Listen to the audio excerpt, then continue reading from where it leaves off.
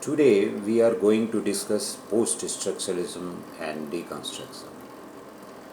Post-structuralism and deconstruction have emerged as a critique of structuralism. Structure doesn't remain always the same. It keeps evolving, so does the language. Language is an unstable structure. The meaning always keeps evolving.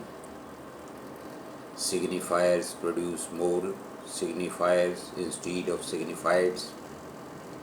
Meaning continues to be produced.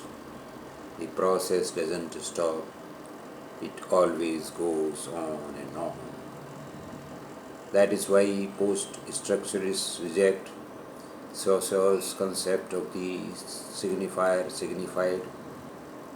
Roland Barthes, Derrida, and Michel Foucault are post-structuralists who say that meaning always keeps evolving. Roland Barthes, The Death of the Author, published in 1977 in Image Music Text, London, Fontana, is an important essay in this context.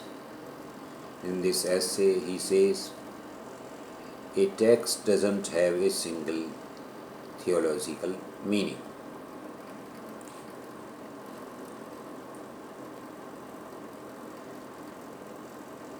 That is the message of the author God.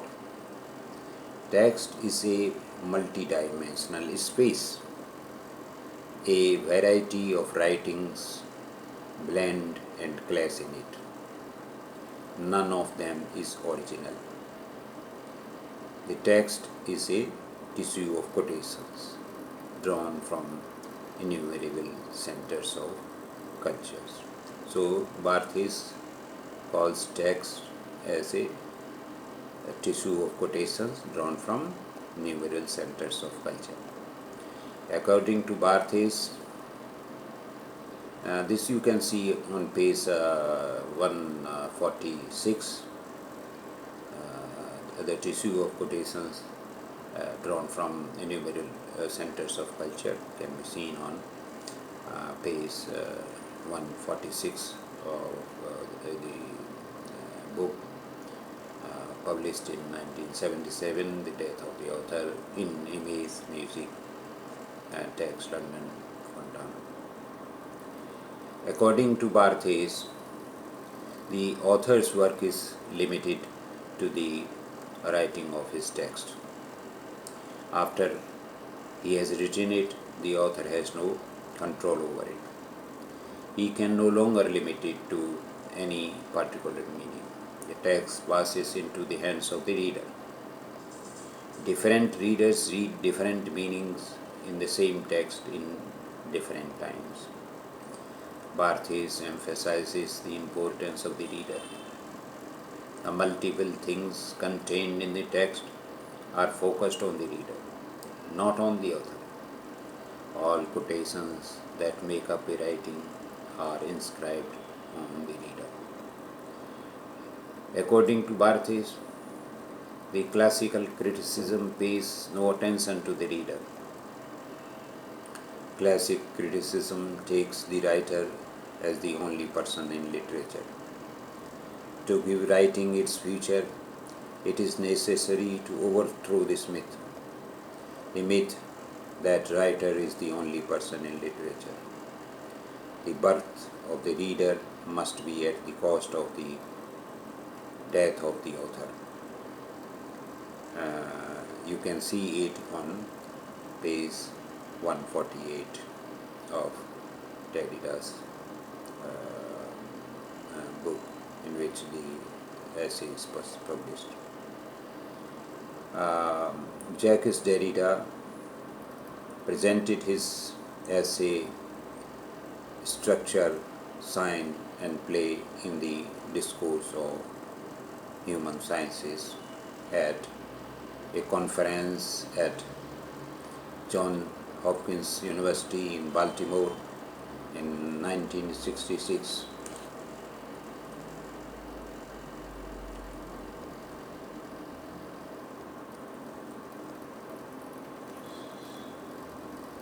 French thinkers Paul de Man, Roland Barthes, Jean Hippolyte, Jacques Lacan were present in this conference. The essay was first published in English in 1970.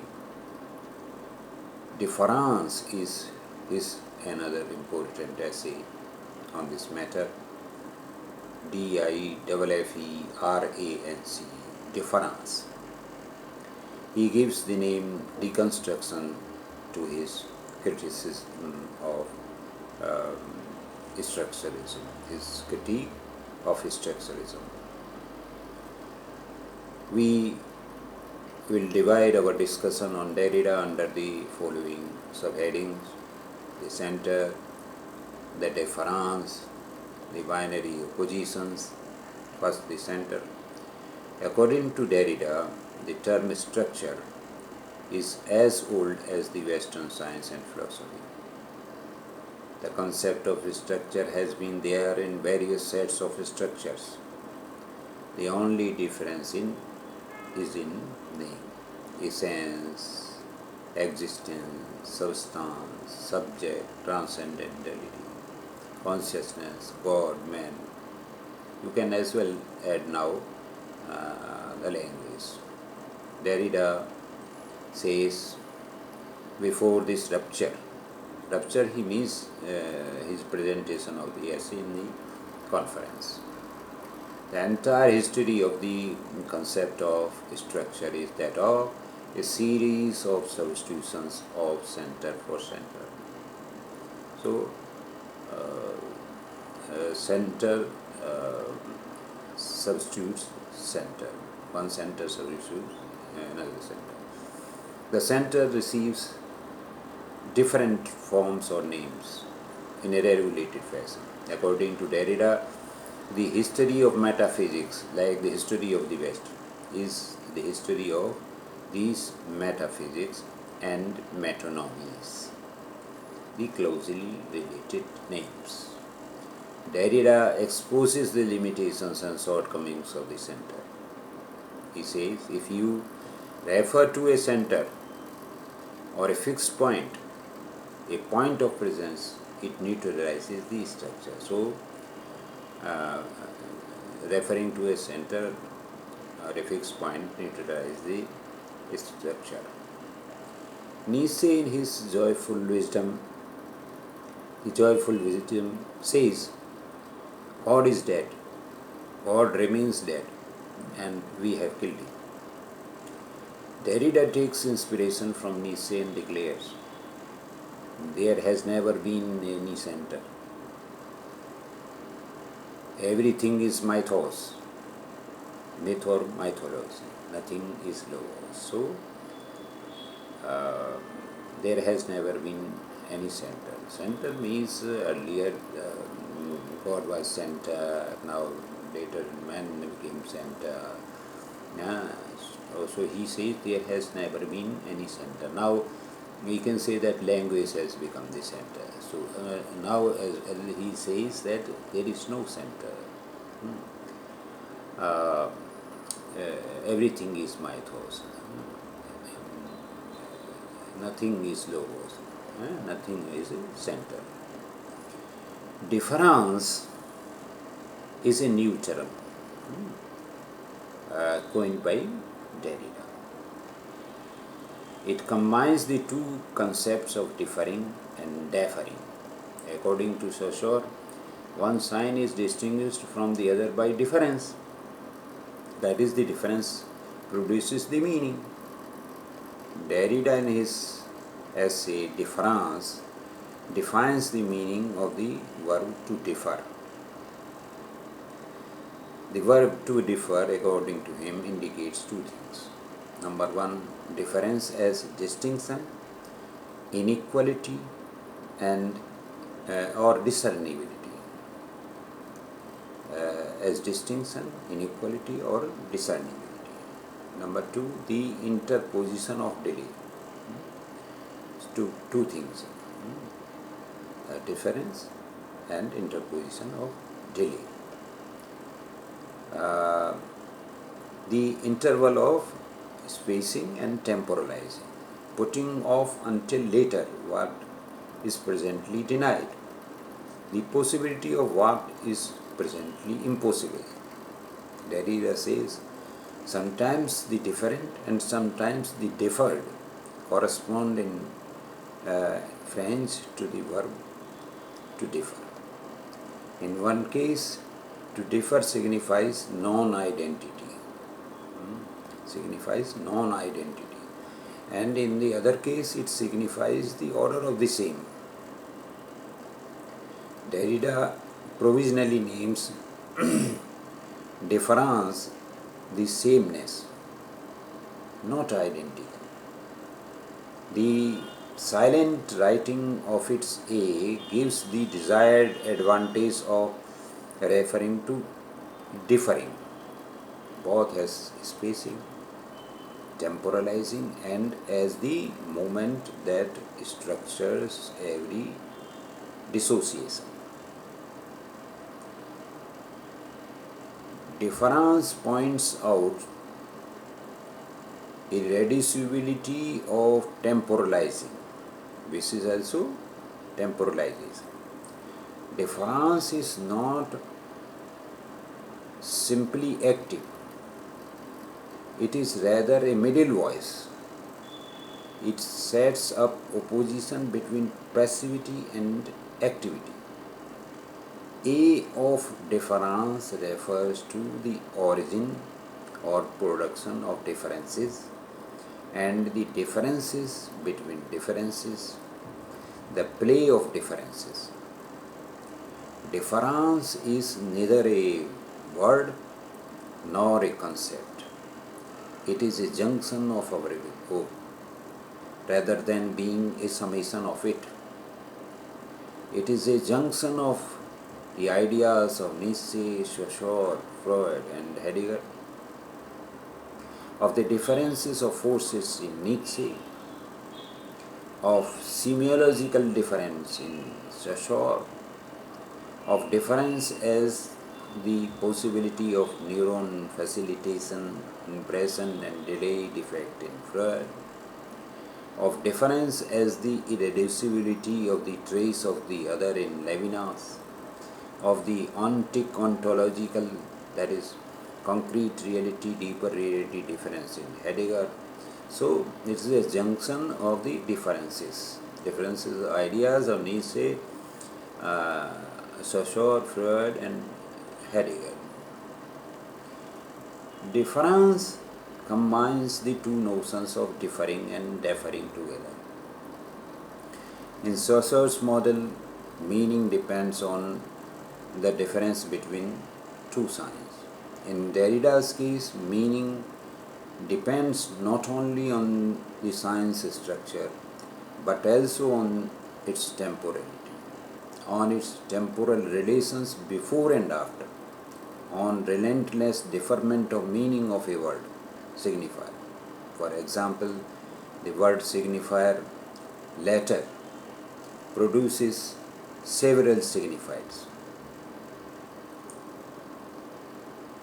A message, an alphabet, precisely as in the case of to letter.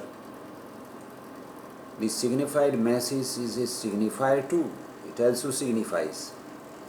It further produces other signifiers, such as a communication, an indication, a belief.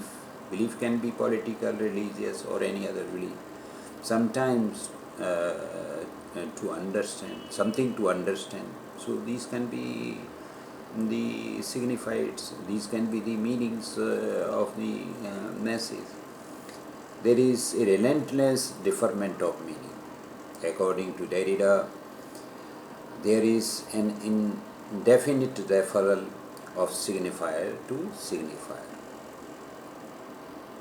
giving it no respite. It always signifies again. So meaning always keeps developing. mm, In a discourse or in a particular context, the meaning of a word temporarily halts. When you are in a discourse or you have any particular context, the meaning of a word temporarily halts. There is no endless play of the of signifier to signify. Take for example the phrase "nothing was delivered." It would mean different things in different contexts. In a song, in a poem, in a monologue, in a speech of a character, in a play, etc. So, in a poem, it will have another meaning, one meaning. In a monologue, it will have another meaning. So, the meaning temporarily halts in a particular context or in a discourse. But even in the context, the word will carry the trace of meaning from other contexts. So it always carries the trace of meaning from other contexts. Binary oppositions, nature, culture, God, man, good, evil, white, black, light, darkness, man, woman, hero, villain, etc. are important part of Saussure's and Lévi-Strauss's structuralism. For Derrida, their relationship is never simple. The one dominates over the other. Good dominates the bad, light dominates the darkness, white dominates the black, man dominates the woman, so on and so forth. Often one's absence defines the position of the other. Darkness defines the absence of light. The dominant term is taken as positive. The other term is taken as negative. But their relationship doesn't arise naturally, though there is no natural relationship between them. It is rather constructed culturally. Take for example racism. White is privileged over the black. One has a positive connotation, white has a positive connotation, the other has a negative connotation. Derrida would call such a relationship a violent hierarchy. The relationship between such hierarchies is an unstable one. Rousseau considered binary of the speech and the writing. He regarded speech as natural expression of thought, writing as dangerous supplement. A supplement is like a pill of vitamins added to naturally occurring diet. Derrida in his book of grammatology says, writing diverts the immediate presence of thought. It makes speech present when it is actually absent. It is a violence to the natural destiny of the language. It is on page 144 of grammatology. Writing is both an addition and a substitution to speech. But speech cannot stay outside culture. Therefore, it is also a supplement. Both writing and speech belong to the order of the same. You can see it on page 149 of grammatology. Derrida further says the indefinite process of supplementarity already infiltrated presence, always already inscribed there the space of repetition and the splitting of the self from the pure self This you can see on page 163 of Grammatology. We all know nature precedes culture, but culture brings the sense of pure nature to our mind. Speech is preceded by something buzzing in our mind. Speech precedes writing. Writing precedes reading. The process goes on. One signifier goes on adding another signifier to it. In this binary opposition of nature, culture, speech, writing, reading, one is privileged over the other. One is dependent on it for its meaning. Privileged on it and is also dependent on it for its meaning. Derrida says they are not pure opposites. Each is dependent on the other for its presence and meaning. Hierarchies can be overthrown and reversed, but assumptions already constructed remain to continue. For example, dominance of white over the black in South Africa was overthrown and reversed. The culturally constructed assumptions of the black remain. They give meaning by the presence or absence of their opposite. Michel Foucault on discourse and power. Michel Foucault's primary concern is the relationship between knowledge and power. It operates within discourses and discourse formations. Discourses organize knowledge. They are similar to Althusser's idea of the problematic. They work to enable, constrain, and constitute the subject. They are practices that systematically form the subject of which they speak.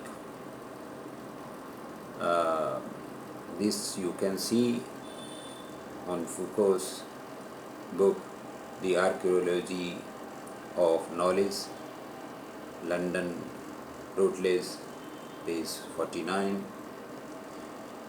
For example, language is a discourse. It enables, constrains, and constitutes the subject about which it speaks. A film discourse enables, constrains, constitutes a particular discipline,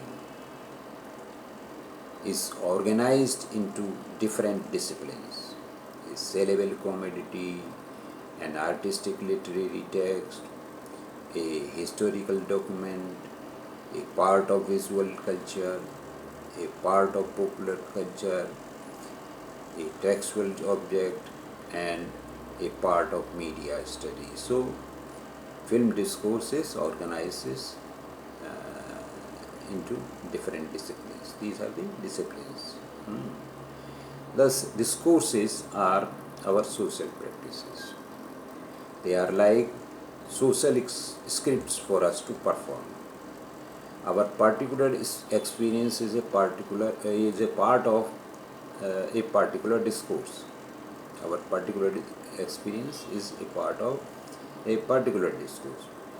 What we think we are is an internalization of multiple discourses.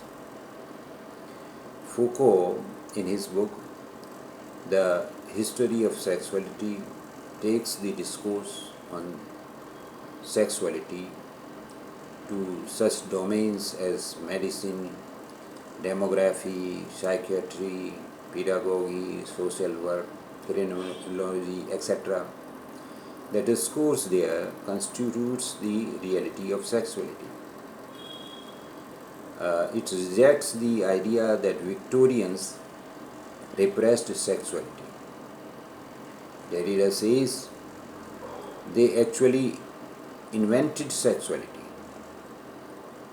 What he means is that our knowledge of sexuality and the relations of knowledge and power are discursively constituted. According to Foucault, discourses produce knowledge. Knowledge produces power. Both knowledge and power are joined together in discourse. With Victorian discourses produced knowledge about sexuality, which they employed to categorize the behavior as normal and as unacceptable. Foucault further says power produces knowledge. Power and knowledge directly imply one another. Without constituting a field of knowledge, there can be no power relation. Knowledge presupposes and constitutes power relations. Power should not be described in such negative terms that it excludes, it represses, it censors, it abstracts, it masks, it conceals. In fact, power produces reality, domains of objects, and rituals of truth. The main aim, however, is to know how men and women govern themselves and others by the production of truth. The regimes of truth have not necessarily to be true, but to be thought as being and acting true. For example, Earth was thought to be flat until discovered as round. According to Foucault, method in cultural theory and popular culture, a reader, 4th edition, edited by John Story, Harlow Pearson edition, published in 2009. Discourses are not just about imposing power, as where there is power, there is resistance. This is on page 315. Discourses are not once and for all subservient to power or raised up against it. They can be instrument and effect of power, can also be hindrance, stumbling block, point of reference, and starting point for an opposition strategy. This you can see on page 318. Then there is a panoptic machine. It is designed to obtain power of mind over mind, panoptic machine. Jeremy Bentham designed a prison building called Panopticon. In it, all prisoners could be watched without their knowing it, that they were being watched. It is a mode of obtaining power of mind over mind. Design could be used in any establishment, in factories, schools, hospitals, etc. According to Foucault, discipline and punish. Marmonsworth Penguin, published in 1979. The panopticon effect induces in the inmate a conscious and permanent visibility. So he remains conscious and permanently visible.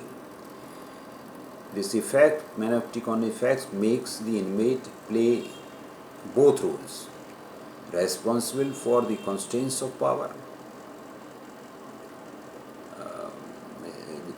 He is restrained by the constraints of power, he is responsible for that, and the principle of his own subjection. This you can see on 201 to 102-3 pages. Panopticism is a form of power. It's a form of power organized around the norm of what one must do or not do. This you can see in Foucault's work, Michel Foucault's essential works, Power, Henmon's Worth, Penguin, on page 58-59. CCTV cameras are a modern version of it.